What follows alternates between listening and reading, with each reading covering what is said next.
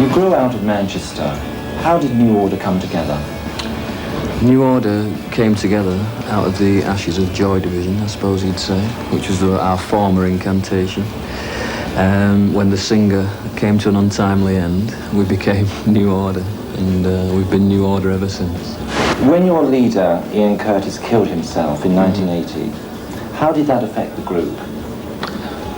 Well, apart from the obvious, not having a singer, it didn't sort of bring us to an untimely end or anything. We'd all decided, I think, when we started getting the enjoyment from Joy Division, that we were going to carry on. So it was quite natural for us to try and find some way of just carrying on, which we did.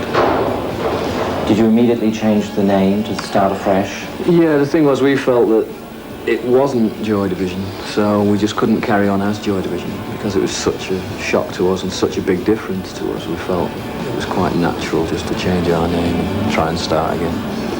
And who took over as the role of lead singer? Well, the lead singer thing was a bit tricky because we all had to go at first, me, Steve and Bernard, and Bernard seemed to be the most natural, also the easiest, because like on most of the songs Steve and I play, whereas Bernard used to tend to work round the vocals anyway with his guitar, so it was easy for him to sing and then play guitar, because none of us are very good at singing and playing at the same time, unfortunately.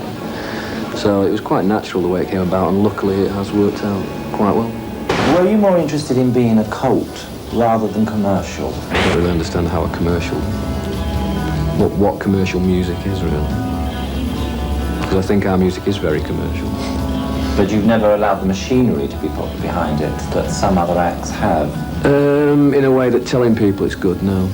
We've always tended to sort of fall back and let the music speak for itself, which sometimes means that some songs that you think are really good, some records that you think are very good, sort of fall by the wayside, but that's the price you have to pay, really. And several years later, do you feel this attitude is still worthwhile? You'll continue that way? Yeah, because I think that people take you more seriously. I mean, I know a lot of businessmen find it very difficult to deal with musicians directly, because they'd rather deal with other businessmen that then deal with musicians, you know, management and things like that, and we don't. We have very much say in everything that we do, directly to us, and people don't tend to like that, but that's just tough. How do you all tackle the songwriting? Well, we share it usually from jams, or if someone has an idea at home, they bring it in. You just tend to work around it quite relaxed, really, in the practice rooms. Just take it quite easy. We tend to take a long time these days to write because of our relaxed manner, which sometimes is a bit of a bind. Because you turn your back so much on commercialism, how do you manage to make a living? It must be very difficult. Oh, they're very difficult. No, we're very fortunate that we've got an excellent deal with Factory Records, and that provides us sort of with a living anyway. And you can always, it's like concerts you could do. We're always getting offers for tours of Bavaria, Yugoslavia, Lapland. Only joking. And no, so we make a living, and that, I think that's all you need. I haven't really got dreams of, you know, living in Gracelands or anything like that. As long as I'm, you know, comfortable, I don't have to struggle, then I think that's the best you could hope for, really. Anything else is like a bonus, and if it happens, it happens. If it doesn't, there you go. I'm not worrying about it. What is being comfortable to you? You know, basically not having to worry about where your next meal's coming from, you know, knowing that you're fairly secure. And fortunately our relationship with Factory does provide us with a degree of security. I know we could be more secure if we did sign to a somewhat bigger label, to a major label, but the compromise that would be involved and the end results, I don't think justify it. I think we're okay where we are, really. What do you feel punk achieved, if anything? Well, if anything, yes, exactly.